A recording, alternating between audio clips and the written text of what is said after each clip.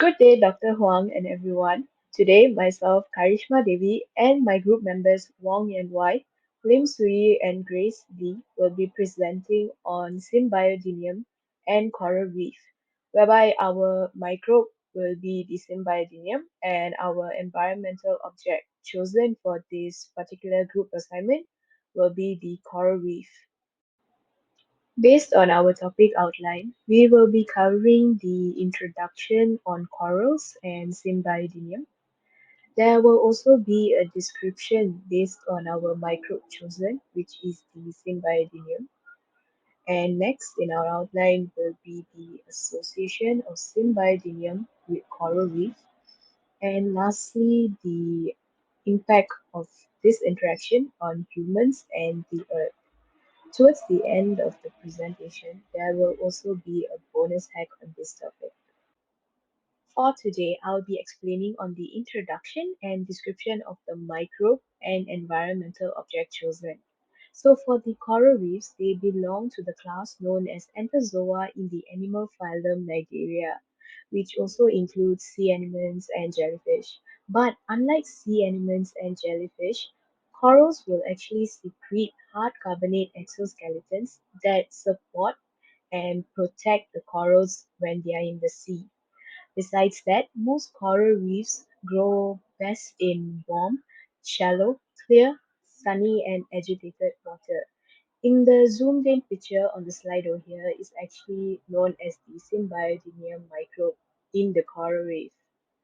And furthermore, corals do not photosynthesize, but they do have a symbiotic relationship with dinoflagellates. These organisms actually live within the coral tissues and provide organic nutrients that will nourish the coral reefs in the form of glucose, glycerol, and amino acids. The genus Symbiodinium contains the biggest and most common group of endosymbiotic dinoflagellates. For the taxonomy, on the other hand, the domain of the Symbiodinium is Eukaryota. Eukaryota consists of organisms whose cells contain complex structures which are enclosed within their endomembranes. The Symbiodinium is categorized into a class known as Dinophyceae. This particular class is usually for dinoflagellates. Next, the Symbiodinium is in an order called Sucellales, which is also a specific order for dinoflagellates only. And lastly, it is under the family of Symbiodinaceae. For their growth conditions, they grow faster at a certain temperature, which is 26 degrees Celsius. Symbiodinium growth is also influenced by light energy, temperature, and the availability of carbon dioxide as well as nutrients. Symbiodinium will usually exchange products with their host for inorganic molecules. Symbiodinium is known to be a unicellular microalgae, which is usually for photosynthetic microorganisms living in saline and freshwater environments. Microalgae usually converts sunlight, water, and carbon dioxide into biofuel, or also known as biomass.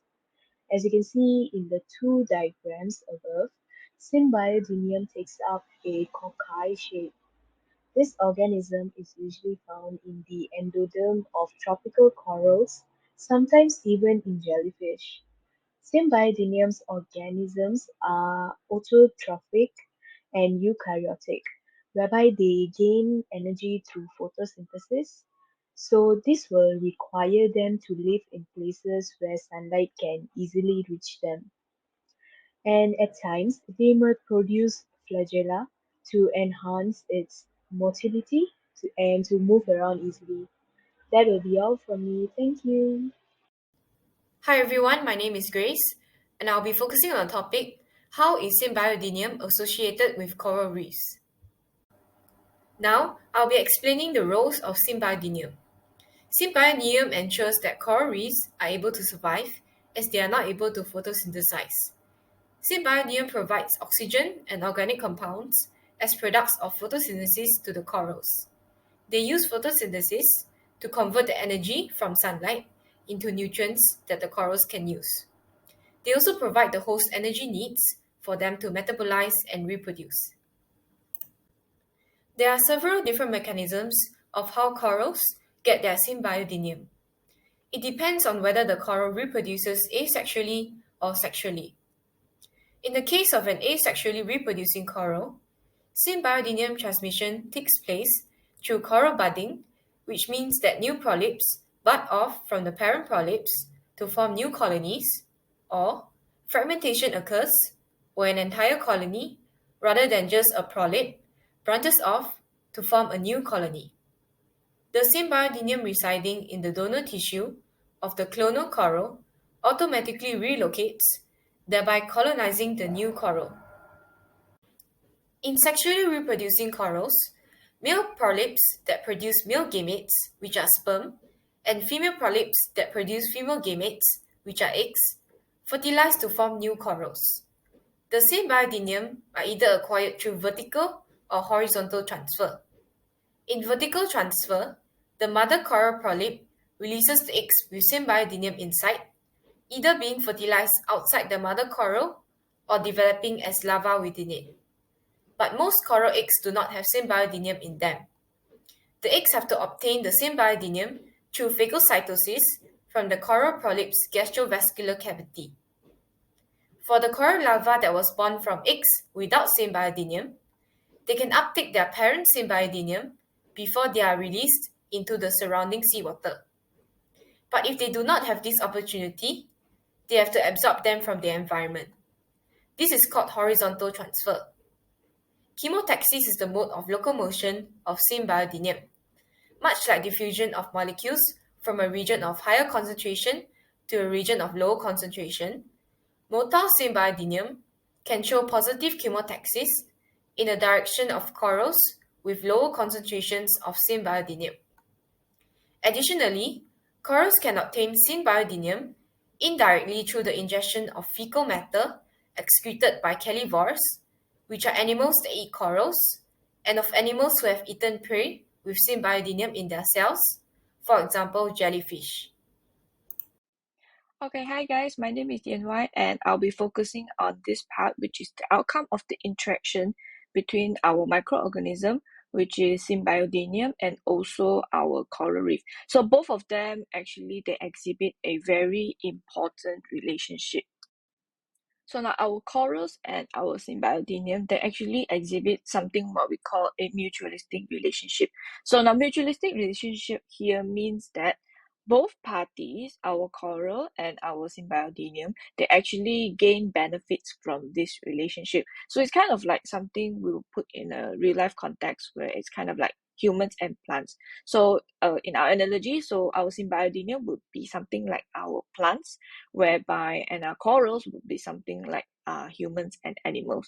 So now Symbiodinium here, it actually provides up to 90% of the organic carbons to the corals. So it means that our Symbiodinium is what we call photosynthetic, whereby it uses sunlight to produce our organic carbon. So Symbiodinium, they actually obtain their carbon dioxide from its host, which is our corals.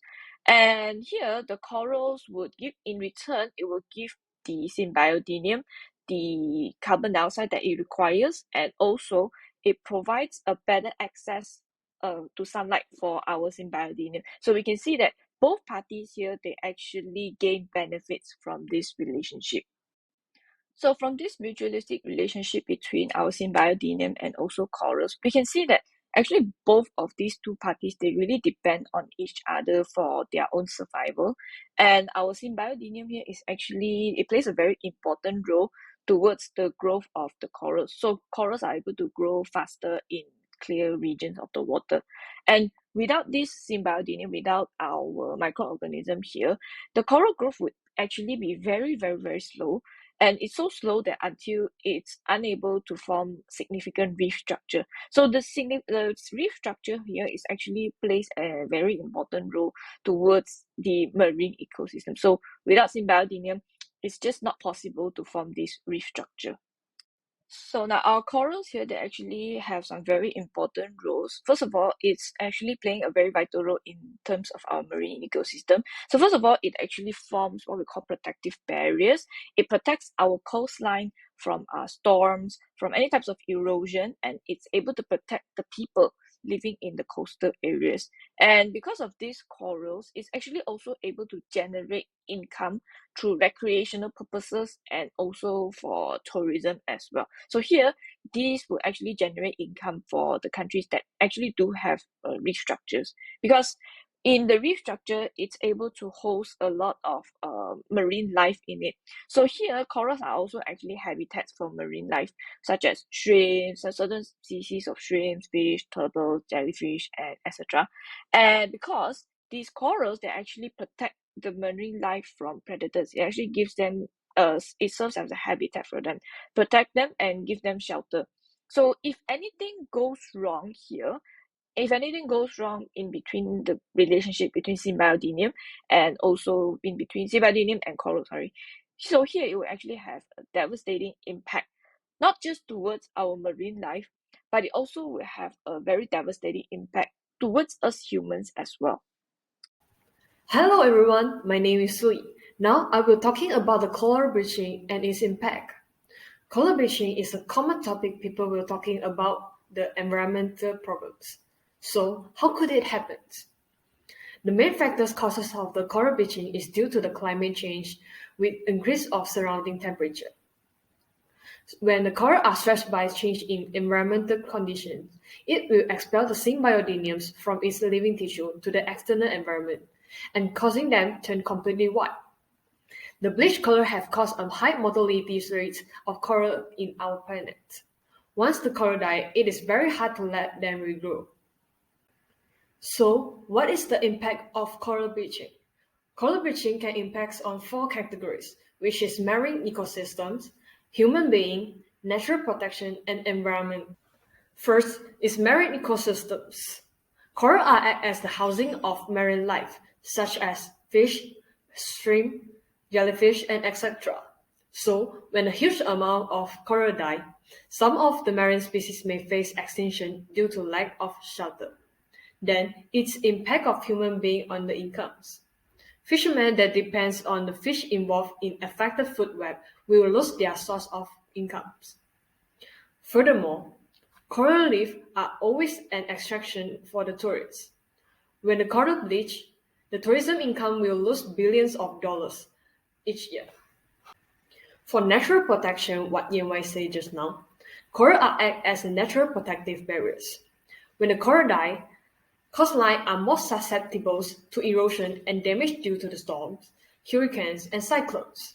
If you want to build a seawall, it will be very expensive, less effective, and may damage the environment during the construction. Moreover, coral bleaching will bring impacts to environment also, especially in the ocean. The concentration of carbon dioxide in the ocean will be continuously increased because of lack of the symbiodinium to do the photosynthesis. Aha, now we come for the bonus hack part. Human has studied about the partnership between symbiodinium and coral for 3 decades. However, we are still remain poorly understood about many features of the symbiodinium to the corals. This will cause the delay of conservation to coral reef health. In conclusion, Symbiodinium and coral reef have a unique partnership. Both of them interact each other to survive and act an important role in the marine ecosystems. Humans must protect the environment in the ocean to maintain the condition of coral reef and prevent the extinction of marine life. Here are our reference lists.